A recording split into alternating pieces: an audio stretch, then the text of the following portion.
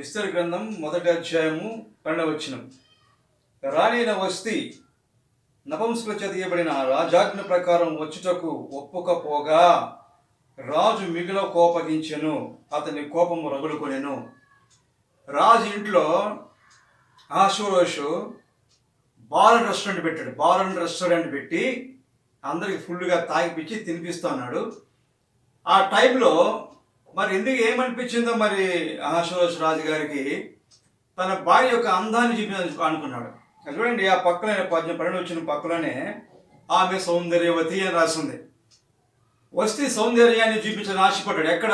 Bar and రెస్టారెంట్లో తాగి ఉన్నారు, తింటున్నారు అందరూ. అక్కడ పిలిపించాడు, పోయి రాణి తీసుకురమని చెప్పాడు. రాణి నిర్దాక్షిణ్యంగా తృణీకరించేసింది, నేను రాను అని చెప్పేసింది అంతే. వస్తి జ్ఞానవంతురాలండి. ఎందుకంటే ఆ బార్ అండ్ రెస్టారెంట్లో ఒక స్త్రీ పోతే ఎలా చూస్తారో, ఏ రీతిగా వర్ణిస్తారో, ఎటువంటి చూపులు కలిగి చూస్తారో వస్తి తెలుసు. సో ఆమె అనుకునేది ఏంది? నా భర్తకు నేను విలువనివ్వాలి, నా భర్తకు నేను విలువ గలదానిగా ఉండాలి అని ఆశించి ఆ పార్టీకి అనగా ఆ బార్ అండ్ రెస్టారెంట్కి రాకుండా ఆపేసింది. ఆ విషయం రాజుగారి కోపం చేసింది. ఎవరన్నా కోపడతారండి రానంటే? సరే ఎందుకు రావని ఒకళ్ళ పోయి అడిగాడా? అడగల. ఎందుకు వస్తే పంపిస్తే నేను పిలిపిస్తే రాలేదని అడిగాడా? అడుగుంటే చెప్పేది కదా. ఏమండి అందరూ అక్కడ తాగిపోతున్నారండి, ఫుల్గా తాగారండి, నన్ను చూసి నానా రకాలుగా ఊహించుకుంటారండి, మదిలో ఊహించుకుంటారు, హృదయంలో ఊహించుకుంటారండి, అందుకే రాలేదని చెప్పినది కదా. అడగలేదండి. కోపగించుకున్నాడు, పక్క తీసి పెట్టేశాడండి. వస్తే మంచి పని చేసింది. రాజు విలువ పోగొట్టలేదు.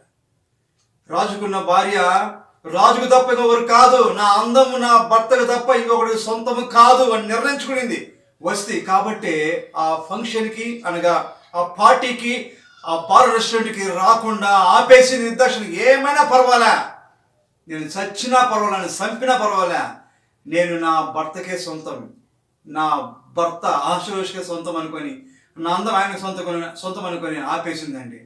అది అర్థం కాక అహష్వేరోషు ఆమెని పక్క తొలగించాడండి. నిజంగా స్త్రీ అంటే భర్త కోసం బతికేది. స్త్రీ అంటే భర్త కోసం, బిడ్డల కోసం బతికేమే స్త్రీ. ఆమె అందాన్ని, ఆమె జ్ఞానాన్ని కుటుంబం కోసం వాడాలి, భర్త కోసం వాడుకోవాలి, బిడ్డల కోసం వాడుకోవాలి. అంతేగాని లోకం కోసం, ఎవడో తిరుగుబోతు కోసం, ఎవడో తాగుబోతు కోసం అందాన్ని వాడుకోకూడదండి. ఈరోజు మనం లోకంలో చూస్తున్నాం. ఎంత అండి ఆడవాళ్ళు ఎట్ట తయారైంది, ఎట్ట పోతున్న రోడ్ల మీద ఉండండి, ఎట్ట చూస్తారు జనాలు ఆడవాళ్ళని, ఏ చూపు చూస్తున్నారండి? ఎవరినంత జ్ఞానం ఈరోజు? పరిశుద్ధం చదివిన ప్రతి ఒక్కరికి జ్ఞానం వస్తుంది. స్త్రీ కూడా జ్ఞానముల స్త్రీగా బ్రతుకుతుంది.